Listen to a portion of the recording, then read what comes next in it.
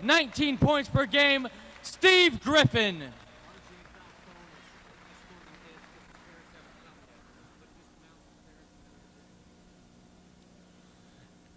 Our next senior, Aaron Ishman.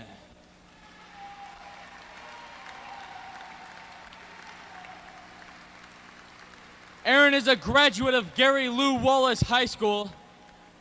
Aaron is a fifth-year senior here at IPFW and is majoring in communications with a minor in philosophy. Escorting Aaron Ishman, RJ Falcone. Aaron's parents, Ray and Sharon Ishman. Aaron Ishman, everybody.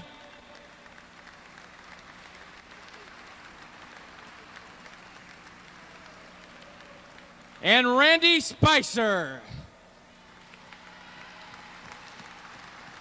Randy is a graduate of Richmond High School in Richmond, Indiana. Randy is majoring in accounting and will be employed by the accounting firm of Ernst & Young after graduation. Randy is an honor student and has served in many capacities here at IPFW and student government, including president. Randy is on the Captain's Council for Student Athletes and represents IPFW student athletes from IPFW in the Great Lake Valley Conference.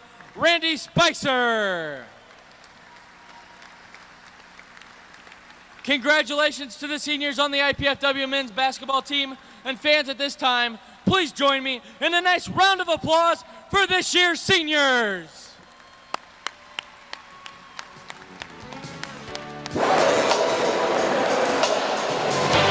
On Thursday night, the IPFW men's basketball team clinched a spot in the GLVC tournament with a victory over Missouri St. Louis.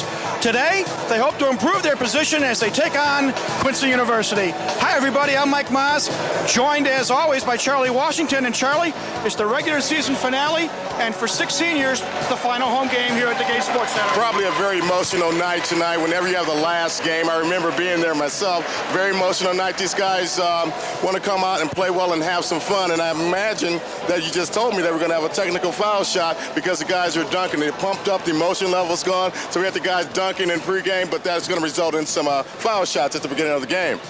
Well, it's an emotional day for sure, but it's also an important day because IPFW can finish anywhere between 6th and 8th place, so it's important for them to do well.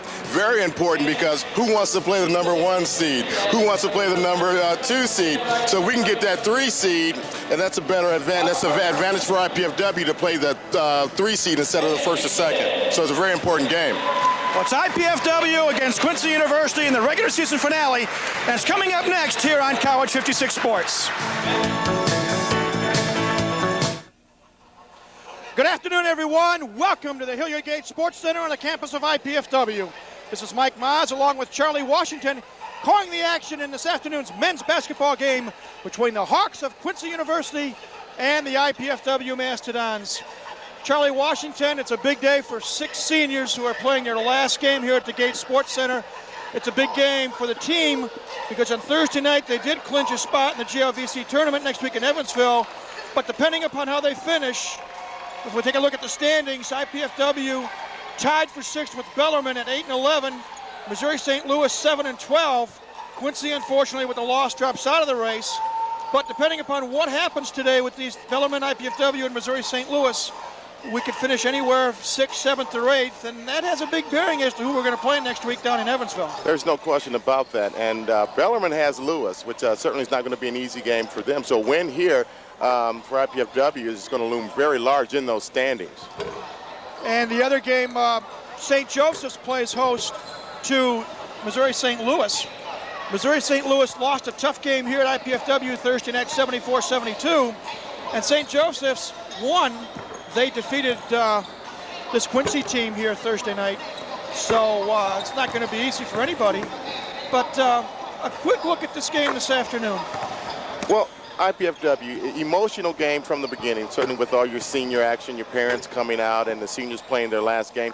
Once that buzzer goes off and the ball goes up, it's going to be just another game, and we have to come out and do the things that we have to do. The big thing for the Dons is rebounding. And what I've always said all along, to not so much get into that half-court game, to keep the tempo up and down, and to get good shots off transition, and certainly off your defense and defensive rebounding. Well, one thing we briefly alluded to in the pregame, as Doug Knoll told us prior to the start of the game, rather than the traditional jump ball at center court, this game is going to begin with Quincy shooting a couple of free throws because one of the IPFW players was detected by one of the officials dunking the basketball on pregame warm-up, and when your hands are caught in the cookie jar, you pay the price. So Quincy will start the game at the foul line shooting 2 free throws, and then they will have possession of the ball at midcourt, so we'll see how good the defense is for the Dons right off the bat. And again, even with those free throws, the first few minutes of the game, ultra important. Just like in any game, the first few minutes of the game, the last few minutes of the first half, beginning of the second half, and certainly the end of the game when you have particularly a close game. Well, it's Quincy and IPFW. The women's game was completed a short while back, and for IPFW, it's been a good day. The Lady Mastodons, if you will, defeated Quincy by a score of 76-58. Led by Jamie Holderman with 28 points, and that victory ensured a spot in the conference tournament next week in Evansville for the women. And kudos to Coach Carl Semesco and his assistant Bob Bolden, as the women's team last year was 2-25 and did not have a good year. And Carl came in, took over, and heading to Evansville. IPFW was 13-13. They finished 9-11 in conference play. So congratulations to the women's team. And now we see what happens with the men. We mentioned it's senior day, and quick thoughts about some of the seniors for IPFW. And as you and I mentioned off air, one of the seniors, Aaron Ishman, has played for 3 coaches when he was since he's been here at IPFW. Andy Piazza, John Williams, and Doug Knoll.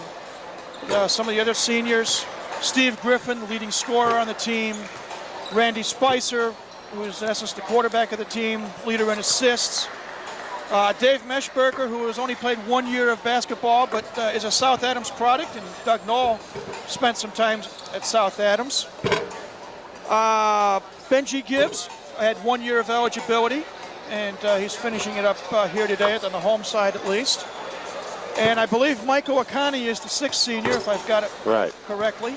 And Michael has played very well of late. Yeah, certainly. Michael, has tremendous abilities, physical abilities, as does Benji Gibbs. The thing about all these guys, we stated Aaron Ishman played for 3 coaches. If I'm not mistaken, Randy Spicer played for the same 3 coaches. And we can't forget even the other guys, seniors, junior college coach, John Williams, and now Doug Knoll. So it's a transition year, as I've stated a number of times, for the Dons. Great athletes, I think, at your skill positions, your 2 and 3 positions, your shooting guard and small forward positions. And I think that's a Don's strength, running the ball and shooting the ball. And they have to go to that strength. We're not big inside. We're not strong inside. So we have to stay away from that part of the game. Well, we are just about ready, I believe, for the national anthem, followed by the introduction of the starting lineups. We had recognition of seniors a short while ago. So right now, the crowd is rising to its feet for the playing of the national anthem.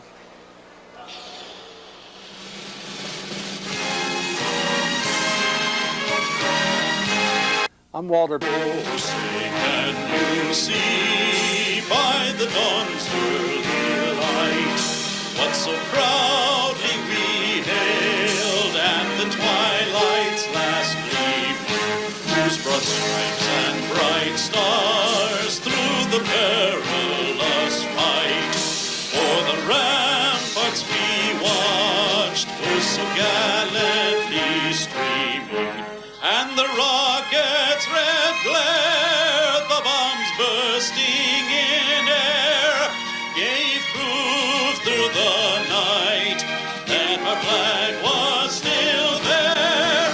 Oh, say does that star-spangled banner yet wave o'er the land of the free and the home of the brave?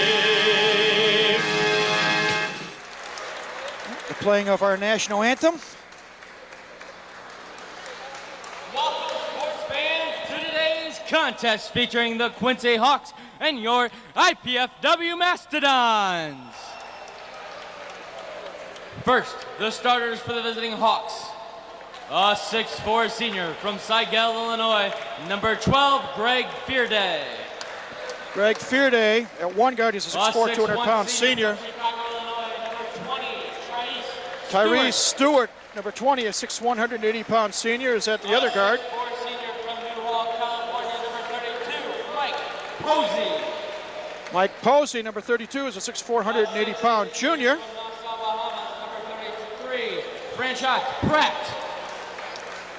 And a 6'9" Franchot Pratt, number 33, a 6'8", 220-pound junior. And number 50, Brian McNeil, a 6'9", 215-pound freshman. They comprise the starting lineup for Quincy University. Quincy is coached by Steve Hawkins. They were 12 and 15 a year ago. From Anderson, Indiana, number 21, Benji. For IPFW, starting one guard, number 21, Benji Gibbs, 6'2", 200-pound senior.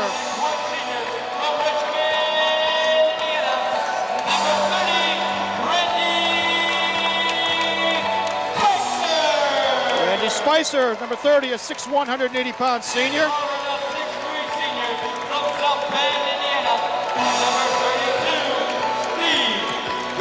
And another guard, number 32, Steve Griffin, 6'3", 185-pound senior, and leading scorer on IPFW.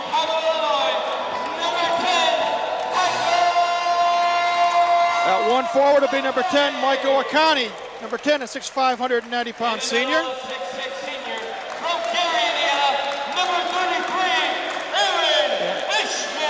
And rounding out the starting five, another senior, number 33, Aaron Ishman, a 6'6", 217-pound senior. Charlie, 5 seniors starting their final game for IPFW. You get a good look at Doug Knoll, the head coach in his first year here at IPFW. And I'll tell you what, I like this lineup. Certainly, Nick Wise is certainly one of your holdovers, strong holdovers. But I love the athleticism in this starting lineup, and I'm interested to see how it goes. It's a lineup that I've wanted to see a little bit throughout the season. Now coming into this game, IPFW 11 and 14 overall. They are 8 and 11 in the conference. Quincy 9 and 16 overall, 6 and 13 in GLVC play. Players coming to the court. Quincy in their traveling brown uniforms with white and orange trim. IPFW in the home white with blue trim. And as we said, the game will start with a technical foul because of a dunk situation. And shooting 2 free throws will be Mike Posey. Makes the first. I didn't have to worry too much about that on my senior night. I didn't play too much above the rim. Mike Posey, a 79% free throw shooter. Makes them both. So before the clock starts moving at all, Quincy's on top 2-0.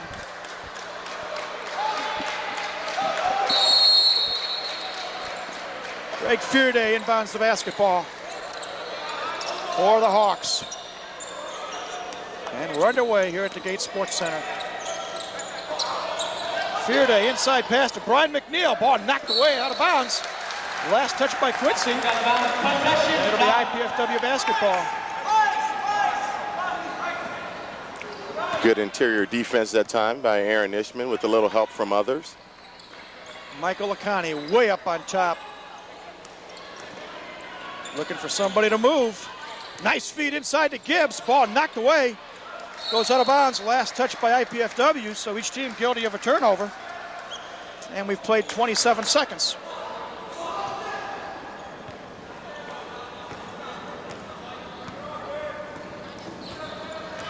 Mike Posey watched by Benji Gibbs.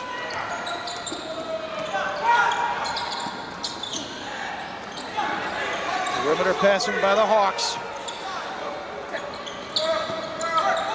Get it inside to McNeil. McNeil takes it to the glass, but he's fouled before he can get the shot off. The foul is on Steve Griffin, his first. And the first couple of times down the court, this Quincy offense is kind of lulling the IPFW defense to sleep. Well, they're going to say McNeil was in the act of shooting, and Brian will be at the line. He's only a 54% 52% shooter, and he misses the first.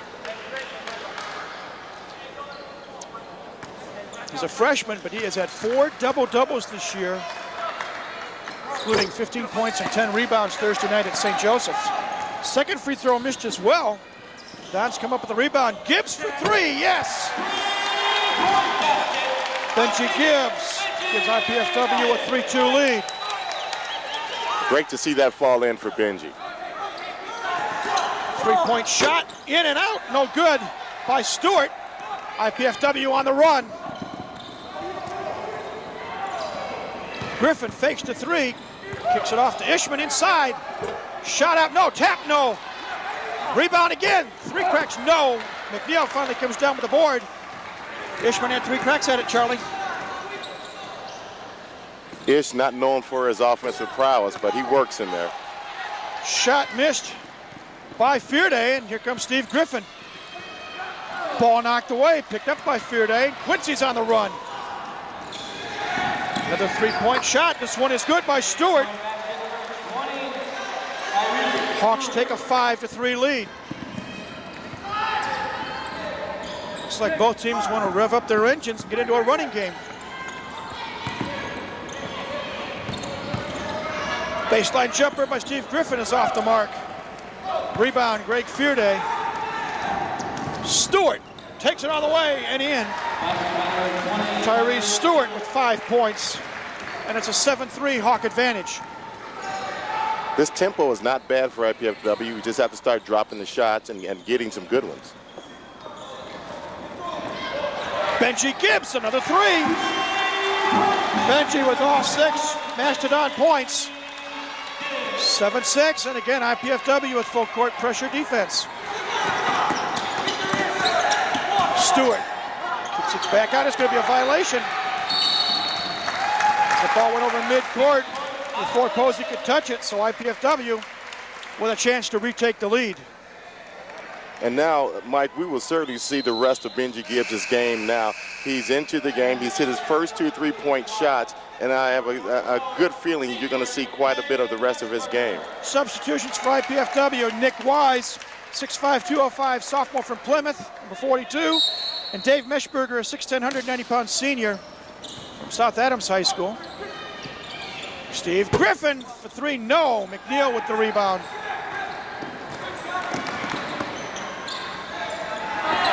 Three-point shot by Fearday is off the mark. Benji Gibbs with the rebound. Spicer for 3, no. Rebound picked off by Pratt.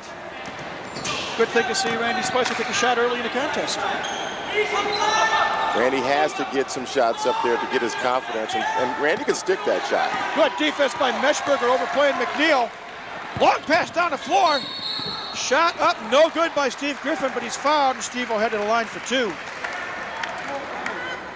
Foul is on Mike Posey, his first, team first. And Steve Griffin, leading scorer for IPFW, averaging over 19 points a game, and he's an 84% foul shooter. Knocks down the first one, ties the game at 7.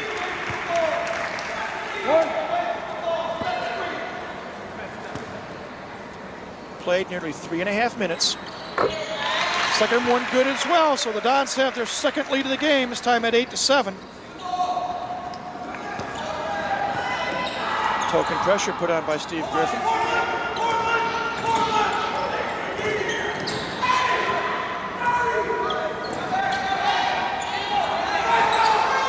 McNeil way up top. Nice play, Meshberger on a steal. Ahead to Griffin. Steve Griffin finger rolls it up and in. Good Dave Meshberger in the passing lanes, and you like to see that. He has the arms for it, certainly, to get out there. Great defense that time. 10-7, and Quincy is forced to call a 20-second timeout. Let's take a break. 10-7 our score, 16:06 left in the half. We'll be back in a moment.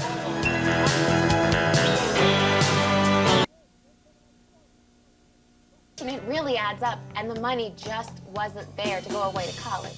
And with a 2-year-old, my housing options were kind of limited anyway. And the truth is, I really wanted to keep my job and stay close to home. Going to IPFW made all that possible. IPFW? The best choice I ever made.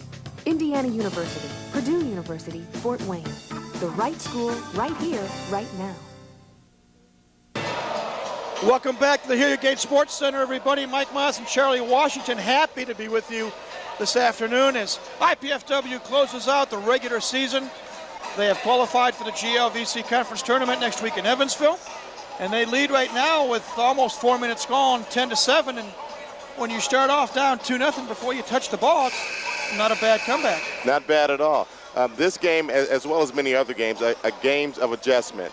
Right now, Quincy has to adjust to the IPFW defense, and it'll be interesting to see what IPFW comes out with. Well, Quincy called a full timeout as Coach Steve Hawkins wanted to get his team focused or refocused.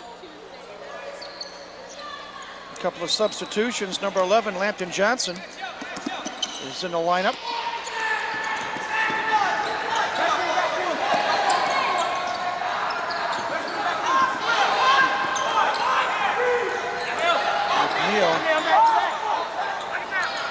Three-point shot on the way. No. McNeil with the offensive putback, however. 10-9 our score. Back comes Quincy made an adjustment, but there was nothing really to adjust to.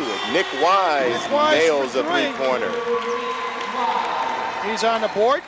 13-9, a 4-point lead.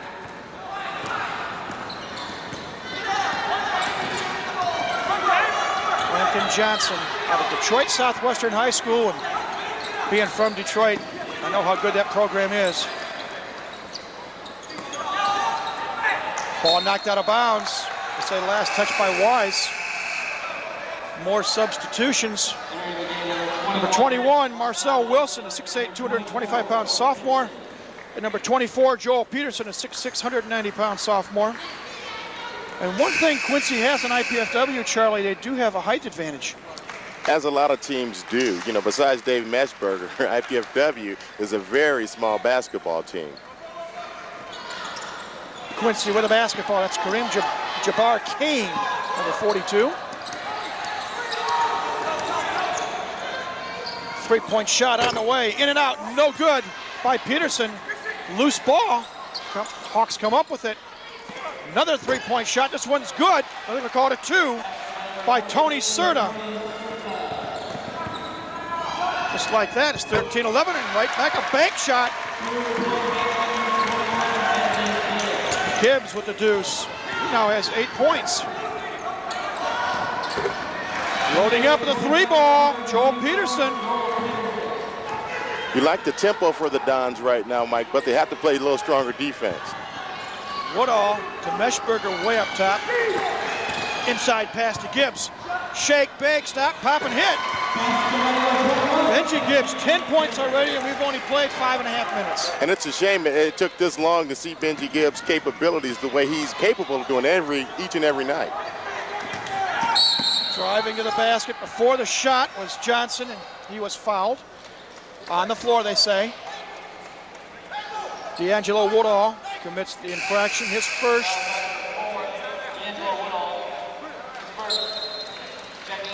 We've got a timeout on the floor once again with exactly 14 minutes left. You too can participate in the excitement of Mastodon athletics by joining the Royal Dons Athletic Association.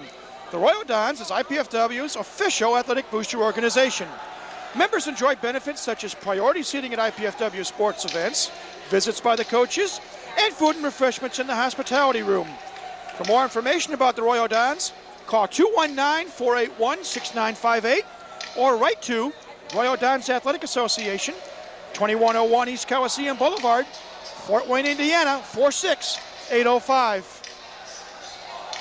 Well, we're taking a look on the floor, Charlie Washington, and truthfully, I almost see smoke coming up because these players have been going up and down the floor at a frantic pace. Take a look at a replay here. It's the last Quincy bucket, I believe. The foul there. Thanks to SID Mike Joe. A couple of quick notes. IPFW, 6 of 11 from the floor for 55%. Quincy, 5 of 10 for 50%. Quincy leading in rebounds 6-5. Johnson, three-point shot on the way. Off the iron, no good. Loose ball for the rebound, and Woodall, nice play. Woodall comes up with it. Kicks it out to Wise. Brad Knoll, in the lineup. Throws it away. Pass intended for Wise. Brad was double teamed there and found himself in some trouble. Well, that's a shot. You really like to see Brad take that shot if he has it right away. He's not the type of player at a freshman right now. He may, and I think he's going to develop into a tremendous player. Right now, he's not going to develop his own shot or create his own shot. So I think he should take that shot when it's available for him. Hawks with a chance to tie the game with a three. Johnson, whistle. Blocking foul called on IPFW. I believe Woodall gets his second. Doug Knoll and the crowd thought perhaps it might be traveling. I think that's great defense by Woodall, and actually I think there were steps before there was even any contact. Hawks to inbound it underneath their own basket. Wilson, watched by Meshberger. Long jump shot in, its foot was on the line, was Serta, but he gets another field goal. And it's now 17-16. Dons with the lead in basketball. Meshberger knocks down the long jumper. First bucket of the day for Dave Meshberger. Right back is Wilson. Lays it up and in, and he's fouled. Count the bucket. Foul is on Meshberger, Dave's first. And there's a Meshberger, yeah, he was beat back on defense that time. But actually, one of your perimeter players should already be rotating back when Meshberger takes the shot.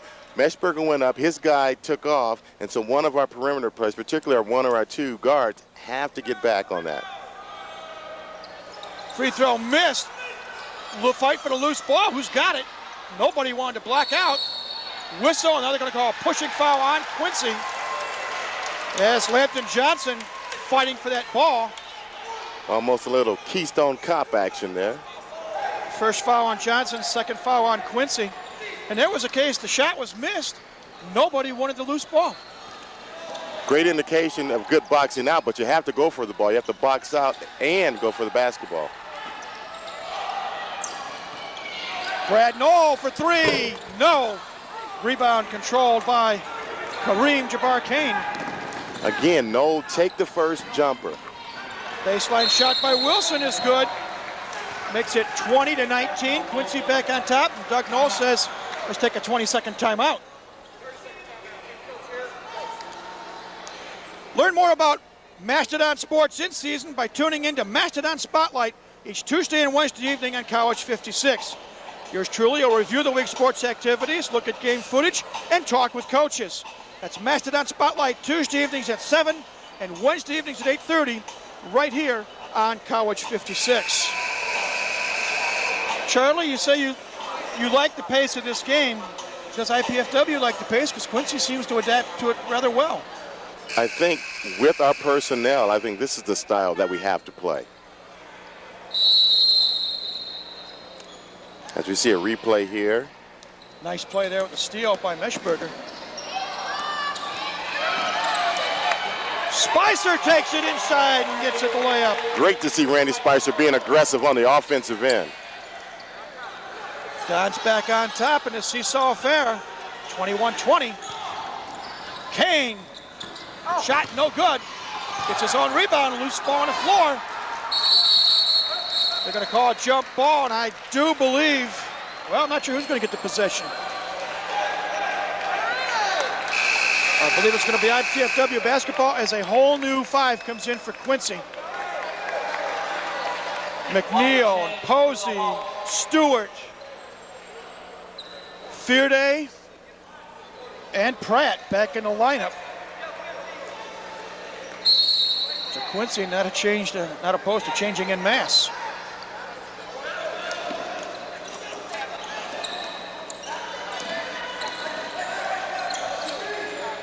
Brad, no for three. No. Rebound, McNeil.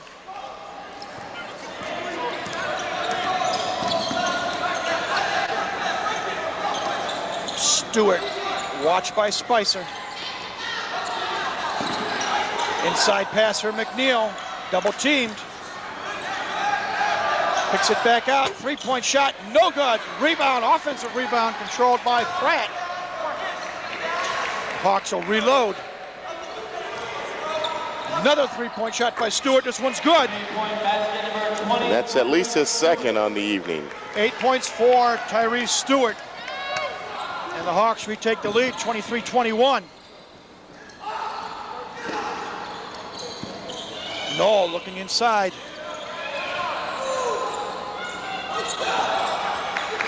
Dwight Crow. Pass knocked away, picked off by McNeil. Here come the Hawks. Long pass off of Stewart's hands, out of bounds. Turnover, ball goes back over to IPFW. As Benji Gibbs and Steve Griffin check back into the lineup, replacing Noel and Crow. IPFW with the basketball and a chance to tie or retake the lead. We are under 11 minutes here in the first half. Gibbs, nice dish underneath to Ishman. Basket is not allowed as the officials call Aaron Ishman for an offensive foul. And the crowd certainly does not like that. In college basketball, you'll get that call. The player clearly very far underneath the basket. In the professional ranks, you don't get it. You have to be at least 4 or 5 feet outside of the rim. But at this level, you will get that call. Posey. Watched by Spicer, gets the ball to McNeil.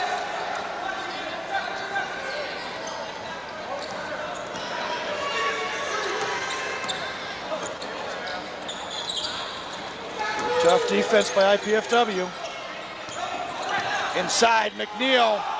No walking call. Instead, he gets the layup. Brian McNeil now with 4 points in the lead. It's 4.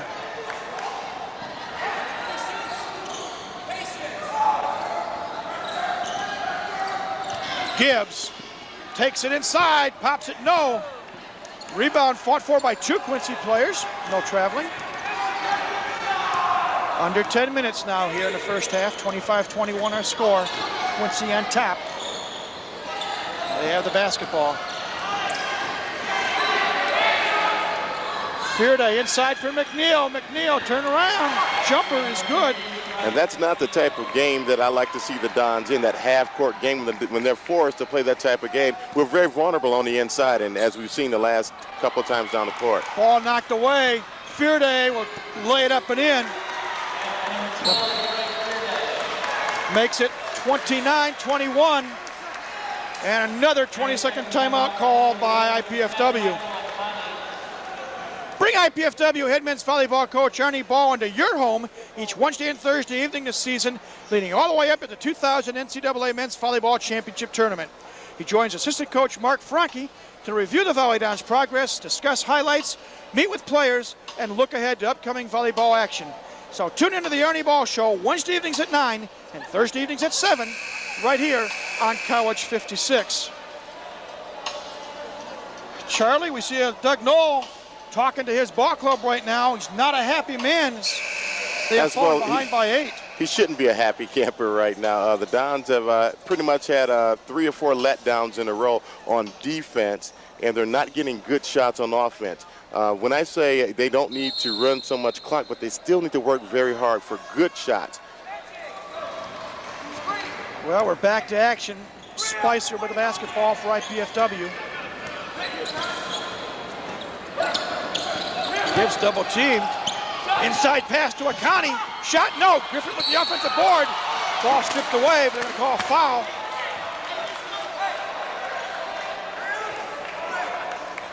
Foul was called on Fearday. Greg's first, team's third. And we've got an official timeout on the floor with 8:52 left. 29-21 our score. Be sure to tune in to College 56 Sundays at noon and Friday evenings at 8 in March, when host Melissa Long visits with IPFW business and management faculty members Prasad Binji, Joseph Kamala, and Jim Moore to get an in-depth look at e-commerce and how it may affect you or your business in the future. That's Sundays at noon and Fridays at 8 p.m. in March for IPFW Up Close, right here on College 56. As we get a look at the crowd here at the Gates Sports Center. Charlie, the Dons, they had the lead and they've fallen behind, and now they trail by 8. And Little what things. does Doug Knoll say to his team? Little things. Right now, Doug Knoll was clearly upset a moment ago. Called a timeout to set up an out-of-bounds play, and one of the things that didn't happen, the guys didn't wait to come off picks. And one thing, you'll find out once you get a little older and you don't move as well, you learn to wait for the pick to get that advantage. And right now, a lot of these guys are not doing that, and he was clearly upset because that did not happen at that last timeout. Well, Quincy will inbound the basketball. The IPFW will, I take it back.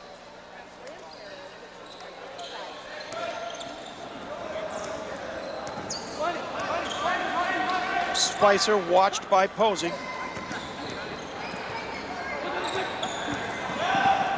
Wise for 3. No. Rebound.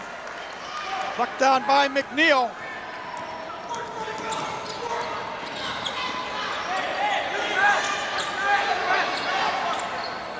Oh, a battle going on underneath. Ball taken away by Griffin. Whistle and a touch foul on Fearday. And I mean touch foul. Yeah, that's one, if the player did not gain an advantage and if it wasn't a key interaction within the play, you may want to let that go. But, hey, he has the whistle. We don't. What the officials didn't see was the battle going on between Akani and McNeil underneath. Much more contact there. Michael Akani for 3. His first points of the afternoon brings the Dons to within 5 at 29-24. As we hit the 8-minute mark here in the first half. Stewart watched by Griffin. Close to a 5-second call there.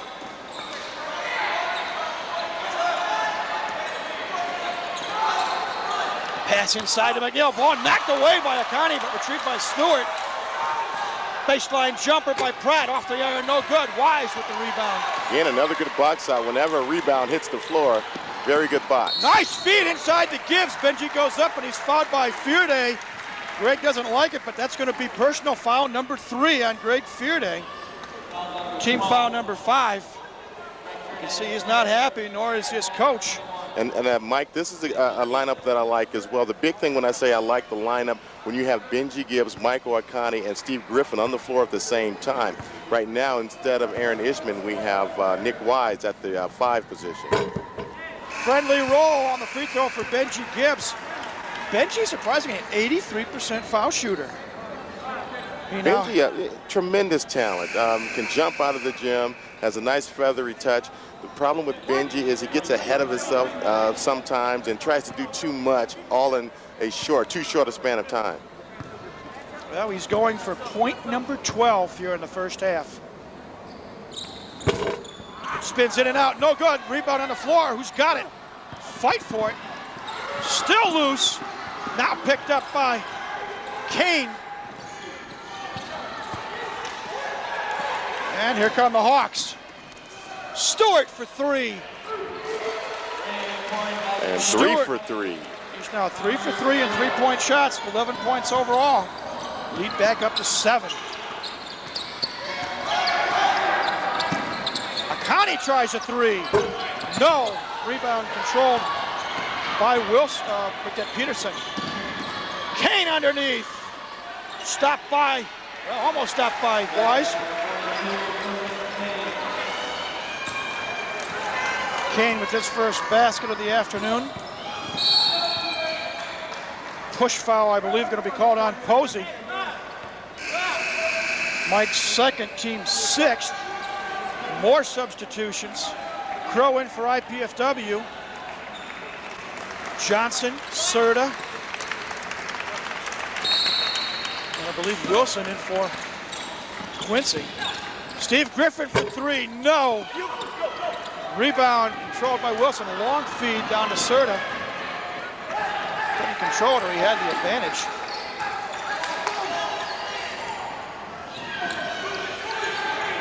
Three-point shot, no.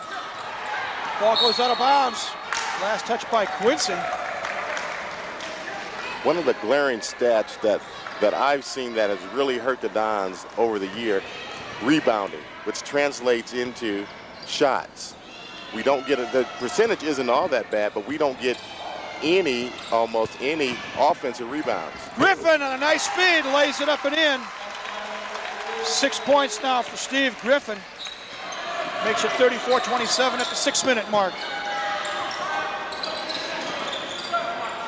Great cut and great pass that time. Connie Sorta and Griffin double on the team. combination. Double dribble not called. Ball goes out of bounds. Charlie, that was a double dribble. I think the referee is seeing and saying that Akani or either Griffin got a hand on it. Now, from our vantage point, I think it was a double dribble. It's a David Copperfield trick, if you don't mind my saying. Brad Knoll back in the lineup for the Dons. They're going to reset the shot clock at 35, game clock at 5:49 here in the first half. Pair of 42s watching each other. Whistle, traveling call on Tony Serta. Unsure there whether to try to force the shot up or pass it off. Ball goes over to IPFW.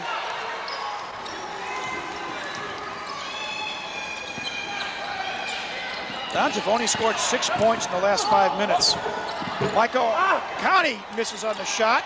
Loose ball, controlled by Kane. And so that size factor comes into play. Slap was heard. Wilson was fouled by Brad Knoll. Brad's first. 6-team foul. Quincy to inbound it.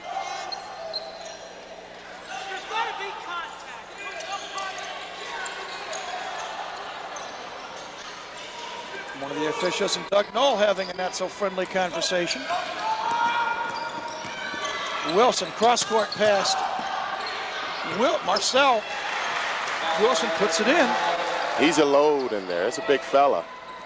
36-27, the lead back up to 9. Nice feed to Akani. Dunk shot misses, but Michael was fouled. He will shoot 2, and it was a nice feed. As the foul is on Lampton Johnson, his second. It's a great feed and another example. Again, you saw the athleticism of Michael Akani. He was quite a distance from the rim that time and went straight up and was going to dunk it if he had not been fouled. Now a chance for the Dons to cut the lead with no time going off the clock.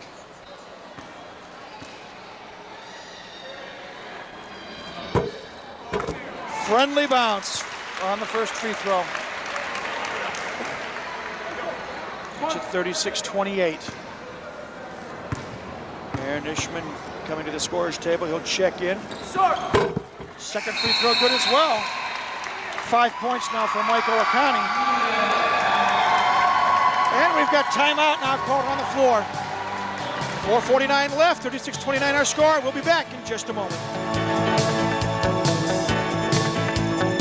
I wanted to study engineering so I could get a better job without giving up the job I've already got. Of course, getting a degree without going into debt was pretty high on my list too. And I wanted the kind of education that I could only get in smaller classes with the professor's full attention. IPFW offered me all of that. And the Purdue engineering degree is going to look pretty good on my resume. Going to IPFW is the best choice I ever made. IPFW, the right school, right here, right now. Welcome back, everybody. Mike Moss, Charlie Washington with you.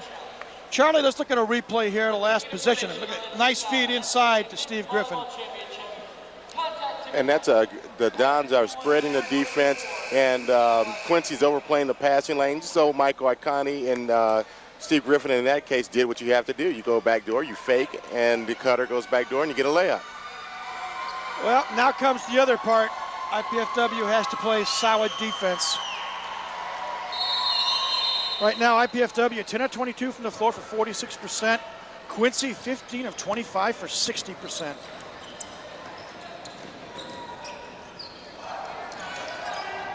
Inside pass to Kane. Shot up off the glass and in. 4 points for Kareem Jabbar-Kane.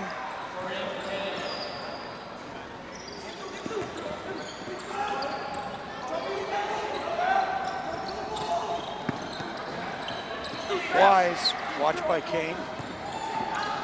Steve Griffin for three. Yes. First tray of the day for Steve. Now has 9 points. Makes it a 6-point or 2-possession ball game, 38-32. Steal by Griffin. Steve taking it all the way, laying it up and in. And that's what has to happen. The perimeter players have to put pressure out on these wing players so that they can't look inside, where Quincy has a decided advantage on the inside. The lead is down to 4. Inside pass to Kane. Shot up and in.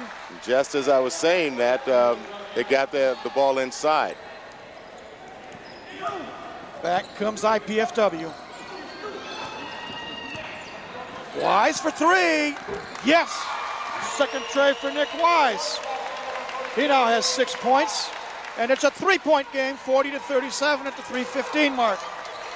Now what we can't have, we have to get the defense on the perimeter player so that they can't get good looks inside. 3-point shot on the way, no. Rebound controlled by Kane. The offensive glass working for Quincy. Spin move, shot up, missed by Wilson. And a foul is committed by Wilson. They missed the shot that time, but Crow cannot contend with that the power inside. IPFW fortunate that time. Laurence Olivier and Elizabeth Bergner star in this 1936 classic film adaptation of the Shakespearean romantic comedy in which girl meets boy, girl likes boy, and girl dresses as boy, unbeknownst to boy, to be able to spend more time with boy. That's As You Like It, this Sunday evening at 9, right here on College 56. At the line, Dwight Crow. Free throw misses, in and out, no good. Rebound controlled by the Hawks.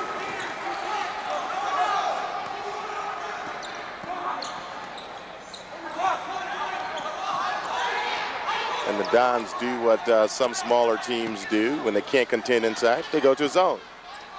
Ball nearly knocked away by Crow. Posey on the baseline, double team. Pass picked off by Crow. 2-on-2. Crow feeds it to Griffin. Three-pointer. Yes! Great setup that time by Dwight Crow. Also great step in the lane on the defensive end as well. Griffin ties it up at 40. Johnson tries a three, no good. Rebound, Crow. Momentum on the Don side right now. No, takes it all the way. Shot up and in. Brad Knowles' first points of the day, and the Dons reclaim the lead. They're on. And there's no way the Quincy player thought Noel was going to the basket with that great deceptive move. 3-point shot by Stewart. Count it. And it's 43-42. Quincy with 1:40 to go here in a half. End-to-end action here at the Hilliard Gate Sports Center.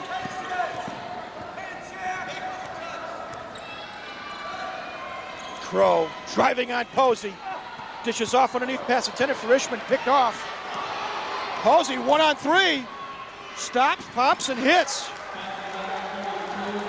There is a case that even though he didn't have numbers, Posey had control. And he ups the lead to 3. 1:10 to go. Griffin for 3. Yes! Great shot. Right in rhythm. That's how you want Steve Griffin, in a rhythm. 45-45, under a minute to go here in the first half. Hope you're enjoying the action here on College 56 Sports. Way long 3-point shot, no good, loose ball. Fought for. You wonder why traveling wasn't called. Instead, it's a jump ball. Alternate possession. Ball goes to Quincy. And I got to admit, Charlie, that one official was right there. Well, Quincy will retain possession with 39 seconds left in the half in a tie ball game at 45 apiece. And the zone has Quincy off balance. Again, adjustments. We talked about that earlier. Who's going to make the better adjustments? And right now, this is a great adjustment for the Dons. 7-second shot difference between the game clock and the shot clock. Ball knocked out of bounds by Gibbs. 21 in the shot clock, 28 in the game clock. Stewart to inbound it.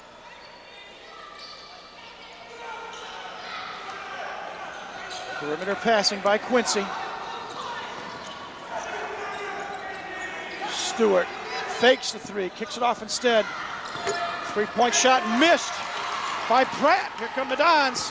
8 seconds, Wise all the way to the glass. Lays up, no, Ishman with the dunk follow. Ishman. Long three-point shot off the rim at the buzzer, and the half comes to a close. And a putback dunk by Aaron Ishman. Big Ish. Gives and they're going crazy in Gary, Indiana, my hometown. Putback dunk gives IPFW the lead going into the locker room, 47-45. Catch our breath for a moment. Hi, I'm Phil Laux, president of the Greater Fort Wayne Chamber of Commerce. One of the things that strengthens our community and northeastern Indiana is the many fine colleges and universities that we have located in northeast Indiana. Given the collective learning power of these institutions and the fact that the majority of their alumni remain in northeast Indiana after graduation, it significantly enhances our economic development initiative to attract new industry.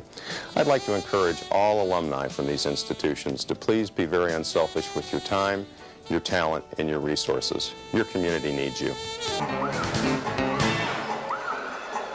Welcome back, everybody, to the Gate Sports Center, where it's halftime in our men's basketball game between IPFW and Quincy University, a game where the IPFW Mastodons lead 47-45.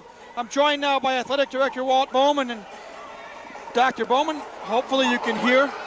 A big game earlier today played by the women's team, a game in which the women won. They defeated Quincy to advance to the Great Lakes Conference Tournament next week in Evansville. Well, you know, when you take a look at the way we started out, we brought a coach in here that didn't even get here till August. We take a women's team who probably in the last 2 years only won 5 games all told. I think we started probably with a program that was virtually all freshmen. I think there was 1 senior on the team. Certainly from a lot of people on the outside, there were no expectations. We now look back and we see a team that is 13-13, breaking even, and makes the tournament for the first time in the last 5 years. Not a single woman on this team has played in the tournament.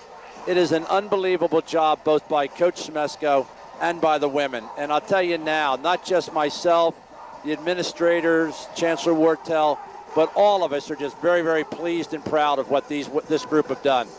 It's been a good year for all the teams here at IPFW. We should go back to the fall, and women's volleyball team played well, and they lost in the conference tournament championship game. The men's cross-country team, what can you say about Coach Terry Stefankowitz? I know we honored them last night. They made the Elite 8 in the national championships. And the women's team, basketball team here. And it's been a great year. Where do we stand with Division I status? Well, you know, I'm really pleased you asked. We are just unbelievable. We have another person that joined the board of directors last week. We have another group that joined Business 100. We have 4 people that are waiting to tell me this year about the business. We have another person that joined our Phase 3, which we haven't even announced yet. We are getting a lot of friends to this program and to this university, and that's what's going to place us in good stead as we go down the road. Dr. Bowman, as always, we thank you for coming on board and talking to us about the status of athletics here at IPFW. Thank you so much. Appreciate it. Dr. Walt Bowman, athletic director here at IPFW. Again, it's halftime. IPFW leads Quincy 47-45.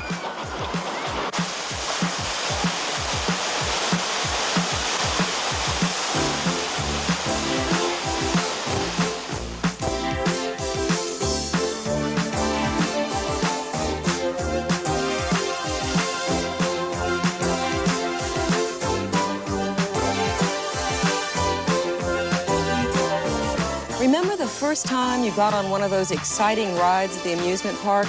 Someone locked you safely into place, pulled a lever, and the ride took over.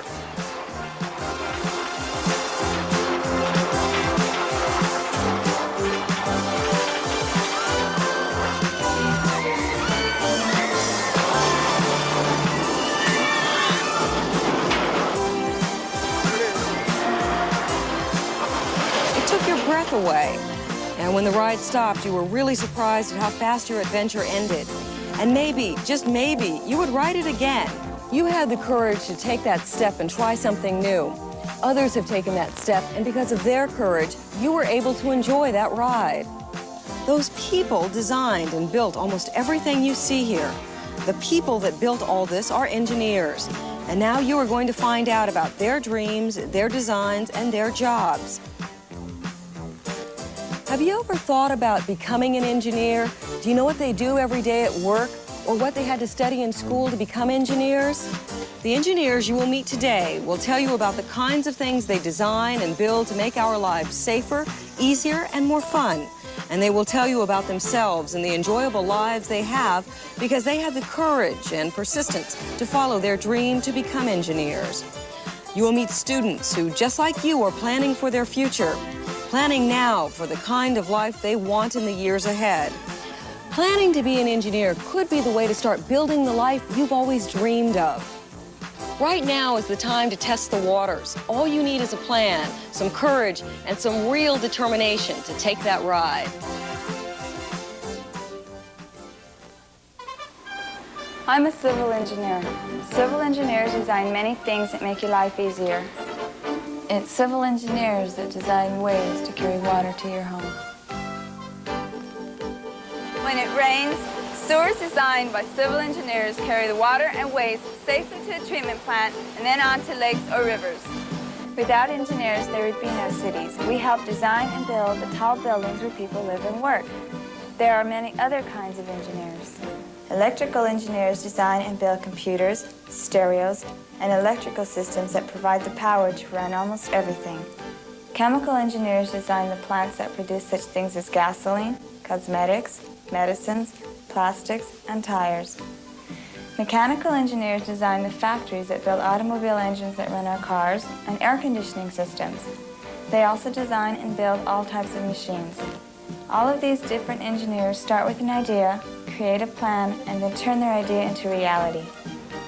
And a career in engineering, that takes planning too. It's tough work, requires persistence, but the payoff is worth it. I think I want to be an engineer. I'm already starting to look at the classes in high school I'll have to complete so that I can get into a good engineering school. Engineers need to study science and math and English and history. It's like the big ride at the amusement park. I wasn't sure that it was for me. Just like I thought science and math would be too tough. But now that I'm into it, these courses are really exciting. You just break down science into things you already understand, like biology. It's just learning about living things, like plants and animals. Physics is a study of what happens when energy and water mix together in our world, like light and sound, baseballs and bats. Chemistry teaches us about materials and how they are changed to make products we can use, like water. If you heat it, it changes into steam.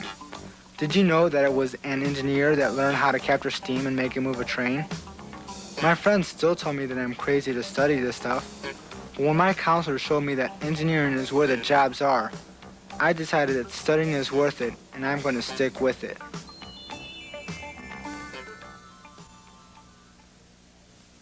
This is a sample of the jobs that will be available in the 1990s, which is about the time that you graduate if you go to college. In 1995, our country will need about 8,000 athletes, and about 100,000 jobs will be available for musicians. We'll need about twice as many doctors and lawyers. More than 500,000 receptionists will be answering phones, and more than 500,000 teachers' aides will be in the classrooms. But look at how many jobs will be available for engineers. Our country will need almost 2 million engineers in 1995. All of these careers require a lot of hard work and preparation, but if you choose a job in one of the many fields of engineering, there's a good chance there will be a good-paying job for you when you graduate. And the time you get started will make a real difference in how far you go. You need to get started right now. When I first started taking math courses, I hated it. I used to say, what difference does this stuff make to anybody anyway? But it's funny how the more you learn about something, the more you like it. Now I realize that everybody uses math in their life every day, and sometimes they don't even realize it. Look at this Ferris wheel. It has definite shapes. That's all stuff that geometry teaches you about. And if you think no one ever uses trigonometry, you're wrong. Navigators on ships use trigonometry to move across the ocean. That's why I'm taking math. I know that I will need 4 years of math in high school if I want to become an engineer or work in science. Sometimes the future seems a long way away, but I just take it one class at a time and remember my plan. I like working with plans. That's one reason I became an engineer. It's a career that lets me create new things, and my designs make a difference in the way that people live. Sometimes we use our training to go into other fields, like medicine, business, and education. And that's another reason that I became an engineer. I knew I'd have interesting projects and a chance for advancement. It pays pretty good, too. Starting salaries for engineers are higher than almost any other profession.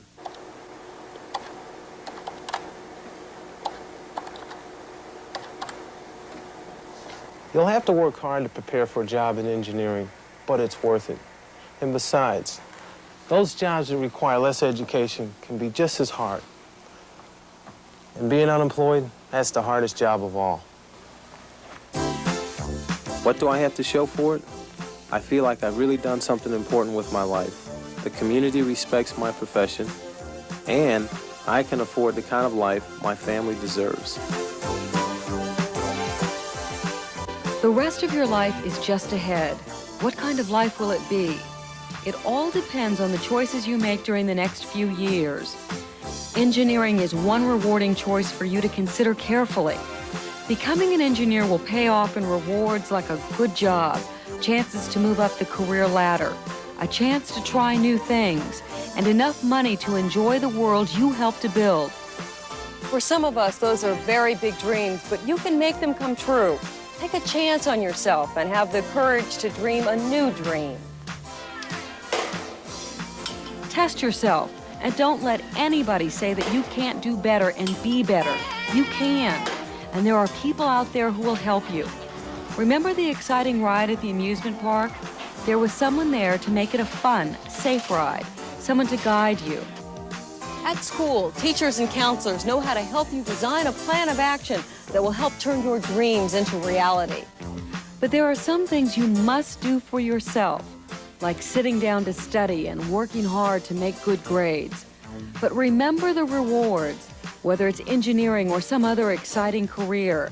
Design your dream and then work hard to make it come true.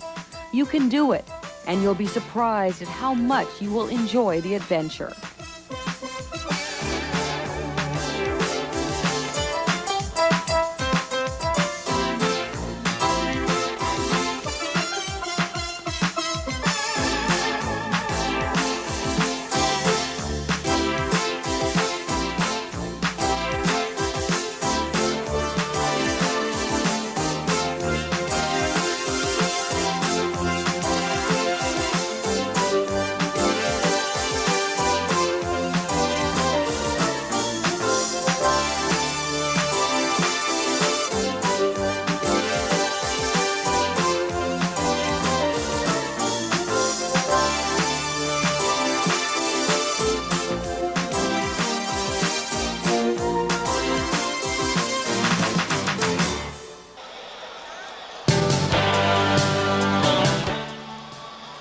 Welcome back to the Hilliard Gate Sports Center, everybody. Mike Maz and Charlie Washington with you.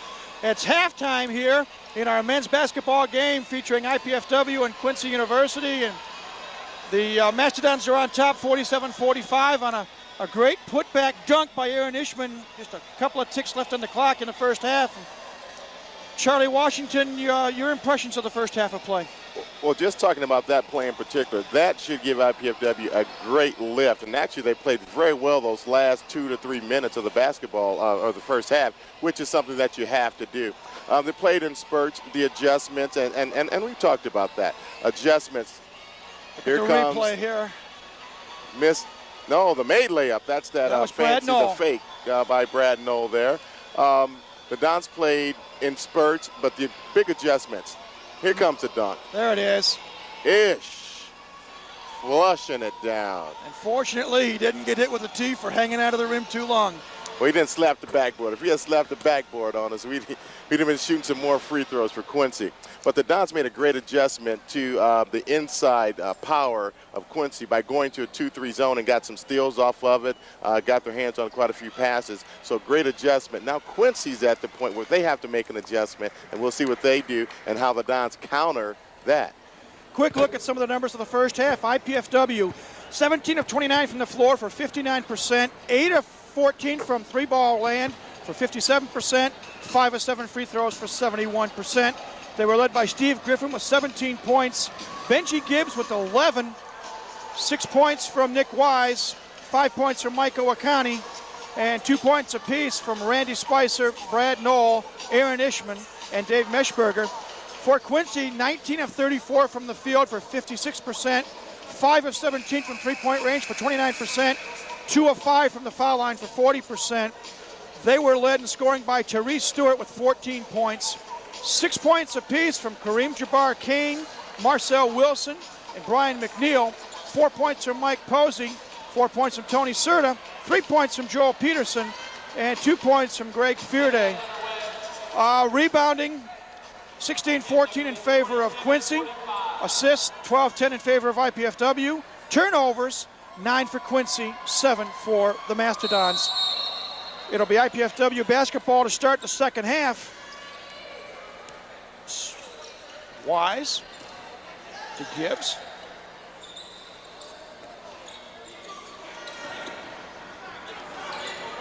Spicer thought about going inside.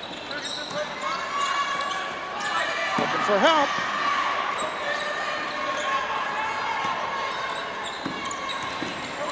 Ten on the shot clock. Spicer inside for Ishman. Shot up, no. Tap, no. Rebound by Posey. Great pass that time. Ish needs to knock that one down.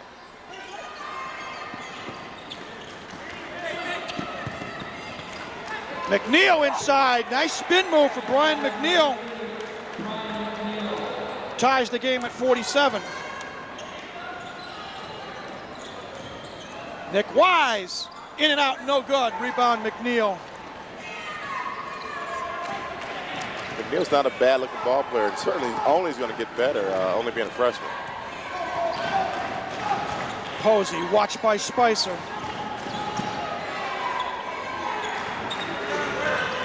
Inside pass to McNeil again. Shot no good. Rebound Steve Griffin. It's obvious what Quincy wants to do. They want to get that ball inside. Ishman goes up. Ball goes out of bounds. They say last touch by Quincy. Ishman was hoping for a foul. Yeah, Quincy wants to go inside, and the Dons are looking to get quick shots off the transition. And that's a battle of whose will and who's going to control the tempo. Spicer just got that ball in before 5 seconds. Benji Gibbs for three. Yes. 14 points now for Benji Gibbs. And the lead is 3, 50-47. Posey being hounded by Randy Spicer.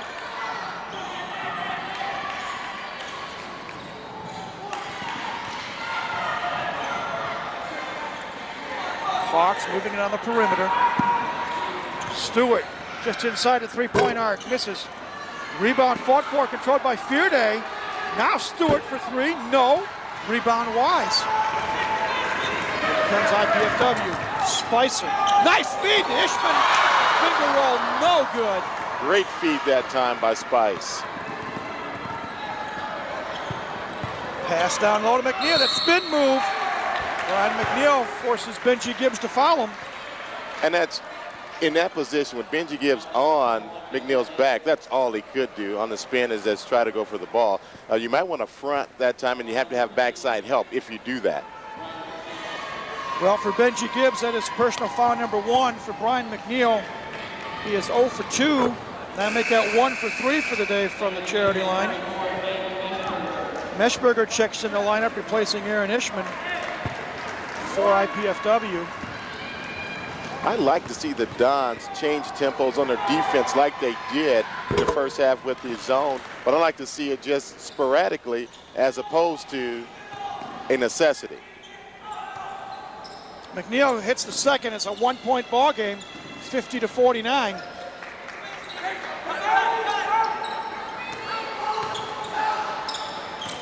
Steve Griffin dishes off to Benji Gibbs, off the glass and in. Nice feed, Steve Griffin to Benji Gibbs. Gibbs with a delay. There's a little delayed pick and roll there. Inside pass to McNeil again. This time he's triple team. Has to kick it back out.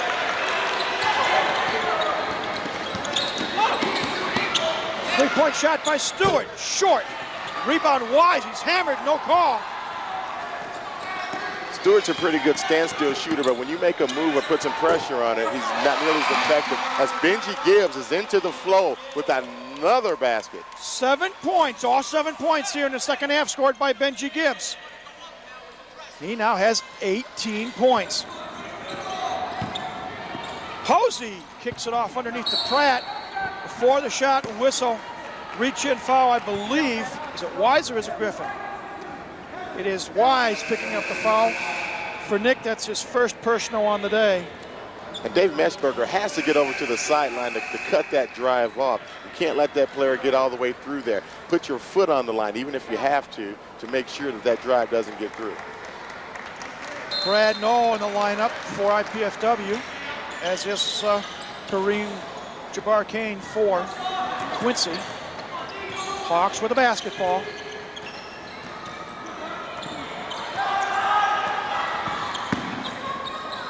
Stewart for 3. And that's a time where he got into rhythm. Brad Knoll has to work a little harder to make him work harder. 5th three-point field goal for Tyrese Stewart today. Makes it 54-52. IPFW on top with the basketball. Woodall takes it to the hole, misses as the ball bounces off the iron. Here comes Posey back for Quincy. His bank shot works, and we are tied at 54. 6 points now for Mike Posey.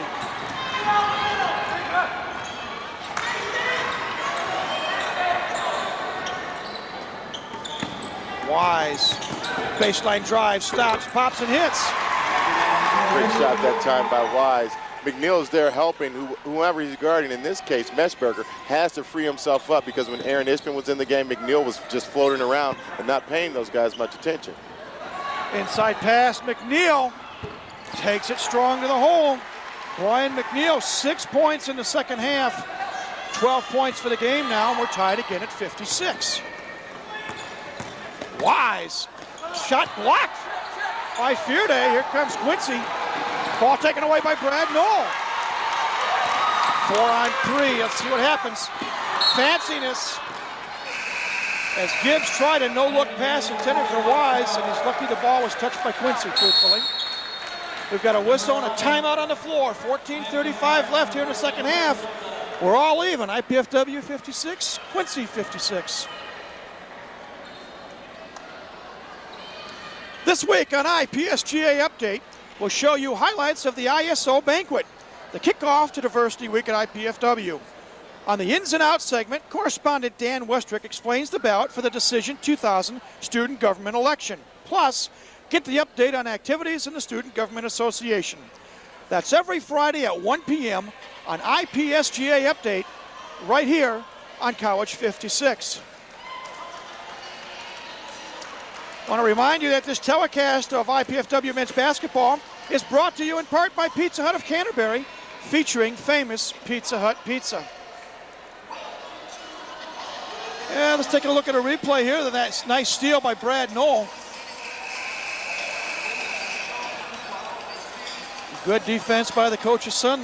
The coach taught son well. and that's something that Brad's going to have to continue to improve upon, his defense, and then also learning how to come off screens to get those shots, working without the basketball. Tremendous shooter, but not quite quick enough right now to create his own shot. Here in the second half, IPFW 4 of 8 from the floor for 50%, 1 of 1 from three-point range. Quincy 4 of 9 from the field for 44%, 1 of 3 from long distance. It'll be IPFW inbounding the basketball. Nick Wise. Give and go. Spin move. Baseline jumper is good. And that almost, Mike, was an advantage of Wise having his shot blocked the last time down the court. Now you think you're going to block every shot. It's a great move. Don's back up by 2, 58-56. Again, Quincy working it inside, then outside. Serta with the long jumper. It's only a 2, but Tony Serta ties the game once again. Back comes IPFW. Knoll for 3. In and out, no good. Rebound fought for. Who's got it? Woodall. Dishes to Meshberger. Meshberger doesn't hit the shot, but Davis fouled, and he will shoot 2 as he is hammered by Lampton Johnson. Mike, last time down the court, Serta took a shot, caught the ball and shot the ball, and then Brad Knoll came down on this end and did the same thing. That's something I like to see him do. He caught the ball and he shot it. And if he makes that decision a little earlier, I think that's going to be a great benefit for him as opposed to waiting as he has been. A lot of anguish on that free throw, but Meshberger is able to knock it down. Posey back in for Johnson. You saw a moment ago the brain trust of Quincy University trying to decide what to do with Johnson having 3 fouls. Also coming in is Joel Peterson to give Stewart a rest. Second free throw by Meshberger. Bounces off the iron. No good. Rebound picked off by Kane. So instead of a 3-point play, we only got 1 out of that.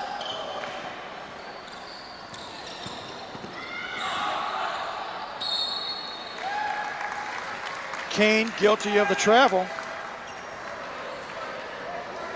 So IPFW gets the basketball.